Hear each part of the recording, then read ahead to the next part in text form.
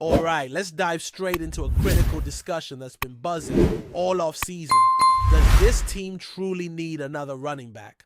On paper, it might seem like the backfield is already crowded. After all, the team did draft a player in the 7th round, and there's been no shortage of names floating around in rumors. But despite all the speculation, no actual move has been made. That lingering sense of incompleteness hasn't gone away. It's almost like everyone, analysts, fans, insiders, feels like there's still one more domino left to fall when it comes to solidifying the running back room. And because of that, the front office can't afford to ignore the possibility of bringing in more competition, especially as we inch closer to the start of the season. So today we're going to break this down. We'll look at names available via free agency, potential trade targets, and even some guys who might surprisingly be released during roster cutdowns. This isn't just about picking a name out of a hat. It's about finding someone who actually fits within the system, someone who could complement what's already there. And first up in this conversation is, unsurprisingly, Nick Chubb. This is a name that always gets the fan base talking. He's been one of the most consistent and explosive backs in the league when healthy. And that's the big caveat here, health. Everyone saw the brutal injury he suffered, and even though reports suggest he's progressing well in rehab, there's a huge difference between lifting weights and executing sharp cuts on the field, planting your foot, accelerating, changing direction, all while defenders are flying at you full speed. That's the true test. If Nick Chubb is truly back to full strength, we're potentially looking at a guy who could perform at a Pro Bowl level again. But what version of Chubb would we get? Would it be the game-changing force we saw 2 or 3 years ago, or a more limited role-specific back who's just a shadow of his former self? Maybe it lands somewhere in the middle. Maybe he becomes a short yardage specialist, someone you bring in when it's 3rd and 2 and you need a guy with vision and power to hit the hole with conviction. For that reason alone, it would be smart to bring him in for a workout. Let the medical team get a look. If everything checks out and his conditioning is there, then maybe you offer a team-friendly deal with incentives. A healthy Nick Chubb could elevate this offense even in a rotational role. Now, let's not act like Chubb is the only name out there. There are a couple more intriguing options on the market, and one of them had a strong start to last season. He posted back-to-back games with over 100 rushing yards early on, which got a lot of people excited, but then he just kind of faded into the background. The rest of his season didn't live up to the early hype, and he also carries an injury history. Still, at only 26 years old, there's a case to be made for him. He's a little more versatile in the passing game compared to Chubb, and he brings a bit more physicality too. He's the kind of guy who can be used in different ways, maybe even line up out wide occasionally and give defenses a different look. But if we're comparing directly, a healthy Chubb probably brings more immediate impact and experience to complement the current starter. That said, the younger back might bring more energy at this stage of his career, so it becomes a bit of a toss-up. If forced to choose, I'd probably lean toward Chubb, assuming his medicals look good. But I wouldn't be mad if they went with the other guy. It's a calculated risk either way. There's also another back worth mentioning. This one's more of a bruiser, someone who's built for those 3rd and short scenarios, the guy who lowers his shoulder and drives forward. He's not someone you want catching passes on 3rd and long or trying to bounce it outside, but that doesn't mean he can't have value. It comes down to whether he's a clear upgrade over what's already on the roster. If not, then there's really no point in signing him, but if the coaching staff believes he brings something extra, especially in terms of toughness or experience, then yeah, maybe he's worth a look. Then you got names like Roshan Johnson and Gus Edwards floating around. Let's be honest, is Gus Edwards really an upgrade over Roshan? If the answer's no, you pass. If it's yes, maybe you bring him in and see what happens. That's how this process works. It's not just about finding a name with past success, it's about fit, role, and value. Jamal Williams is another name that's intriguing. The last couple of seasons in New Orleans were a disappointment. No, I doubt.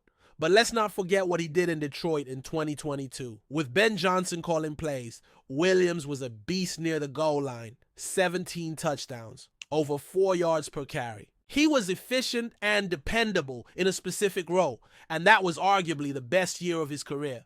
If you bring him in now, no one's expecting a 1,000-yard season. In fact, if he does hit that number, it probably means something went wrong and he had to take on a bigger role than intended. The ideal situation is he gets maybe 125 carries, averages 4 to 4.3 yards per run, scores a few touchdowns, and helps keep the offense balanced. That would be a win. You're not looking for him to be the workhorse. You just want steady production when his number's called.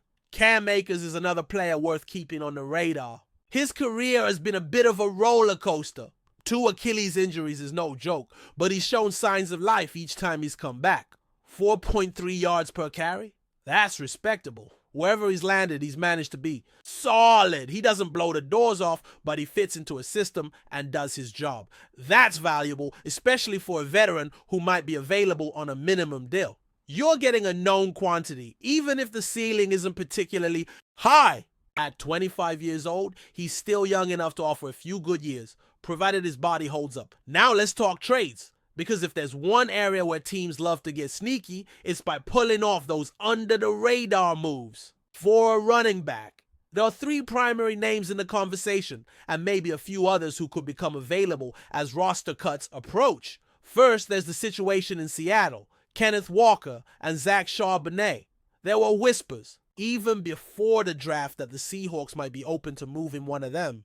Starting with Walker, he's been solid over the last few years, but last season was a step backward. Injuries along the offensive line played a role, no doubt, especially inside. Still, 3.7 yards per carry is a concern.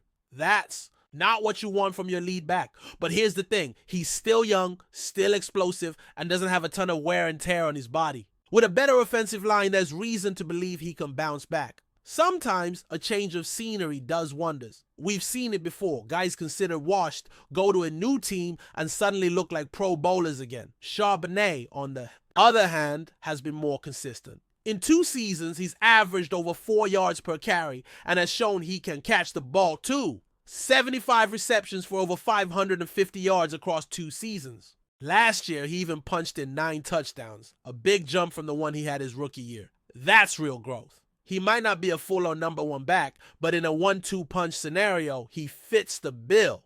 The question is whether Seattle values one of these guys more than the other. Because if they're going to move someone, it's going to be the one they believe is more replaceable, and there's some drama there too. Word is there might be some concerns about a younger back on the roster. Maybe it's about maturity. Maybe it's about understanding the playbook. In a running back room that's already loaded, someone's going to be the odd man out. And if it comes down to trading one of the top guys for a mid-round pick, that could absolutely happen. If it were me, I'd probably go for the player who's cheaper to acquire. If one costs a 4th and the other a 6th, I'd rather keep the extra draft capital, especially since both have shown they can contribute in a split backfield approach. Pairing either one with someone like DeAndre Swift could be deadly. You could mix and match their roles based on matchups and keep defenses guessing. Now, there was a lot of buzz about Breece Hall being available, but let's be real. It doesn't seem likely right now. The Jets didn't draft a running back high, and they look like a team committed to the run game this season with Justin. Fields and Armin Mims coming in, it's clear they want to lean on the ground game, and Hall is still their best option. Sure, he hasn't hit his full potential yet, but he's got the skills to be a 3-down back. Moving him now wouldn't make sense unless they had already drafted his replacement, which they didn't. The situation in Jacksonville is more complicated. They drafted 2 backs, LaQuint Allen in the 7th round and Bashal Tutin in the 4th.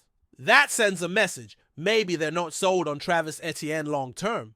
He hasn't quite lived up to expectations, and if they feel like they've found something in the new guys, Etienne could be a trade candidate. It's something to monitor. Then there's Dameon Pierce in Houston. He had a solid rookie year, but things have gotten a little shaky since. If the Texans decide to lean on their newer backs and let someone go, Pierce could be had for cheap, maybe even a late-round pick swap. He's a downhill runner, physical, hard to bring down. Not flashy, but effective. A few other names are floating. Around too. Guys who might be released, like a certain player from Indianapolis now stuck in a crowded backfield after the team drafted another promising rookie, or someone who didn't live up to expectations as a starter last year but could thrive in a smaller role. Those are the kinds of moves that don't make headlines but end up paying off. And then there's always the wild card, The guy who doesn't fit the scheme anymore, the speedster who's fallen out of favor, the player with behind the scenes issues that never quite get confirmed but are enough to make a team hesitate. Those are the guys who get moved late in camp, often for nothing more than a conditional 7th round pick. And sometimes they're exactly what a team needs. So as we sift through all these possibilities, from free agents to trade targets to potential cuts, it's clear that the team has options, plenty of them. But it's not about collecting names. It's about finding the right fit, someone who can step in, contribute right away, and elevate the offense without blowing up the budget or disrupting chemistry. And with the season creeping closer, the pressure to make that decision is only going to ramp up. Before we continue, don't forget to subscribe to our channel and give this video a like. Your support helps us keep bringing you the latest updates on our Chicago Bears. And don't be shy, drop your thoughts on the news in the comments below. Colston Loveland, the promising tight end, has stirred controversy in the NFL by making a bold statement regarding Chicago Bears head coach Ben Johnson. Loveland, a young and rising star in the league, expressed his strong opinion on the Bears' coaching situation, claiming that Ben Johnson, who has been with the organization as the offensive coordinator, simply does not have what it takes to lead the team to success. Loveland, whose career has been rapidly ascending, did not mince words when asked about the Bears' coaching staff. "It's clear to me that Coach Johnson is not the right guy for this team," Loveland said. "You can't just have an offensive system that's stuck in the past. You need someone who understands the modern game, and Johnson just doesn't seem to have the vision or the adaptability that we need." Ben Johnson had been praised for his innovative offensive schemes earlier in his career, especially with the Detroit Lions, where he earned recognition for turning the offense into one of the league's most exciting units. However, Loveland's criticism points to the Bears' current struggles under Johnson's leadership, particularly in offensive performance, which has led to questions about his long-term viability as the team's head coach. The Bears have been underperforming in recent seasons, and Loveland's comments come at a time when the franchise is desperately seeking an identity. The offense has lacked consistency, and there have been growing concerns about Johnson's ability to make quick adjustments to a changing game. When you got players like Justin Fields, who can be a game changer, it's frustrating to see a lack of creative play calling and schemes that don't fit the strengths of your roster, Loveland added. The tight end's remarks have sparked a heated debate among analysts, fans, and even some of Johnson's colleagues within the Bears organization. Some defend Johnson, pointing to his previous successes and his ability to work with young talent, while others, including Loveland, argue that the Bears need fresh leadership that can adapt to the league's evolution. Loveland's public criticism could potentially cause tension within the Bears locker room, especially if his opinions influence other players. However, it also sheds light on the mounting frustrations within the team, which are becoming increasingly evident as the Bears try to find a way to turn things around. With high expectations for the season and increasing pressure on the coaching staff, the franchise will need to decide whether to stand by Johnson or make a change to salvage their future. For now, Loveland's words have added fuel to an already burning fire in Chicago, where the Bears are searching for answers both on and off the field. As the season progresses, it will be interesting to see how this public dispute will impact both the Bears' performance and the future of Ben Johnson in the organization. That's it for this update. If you enjoyed the video and want to stay updated with exclusive news about our Chicago Bears, be sure to subscribe to our channel and hit that like button. We can't wait to hear your thoughts in the comments. See you in the next video.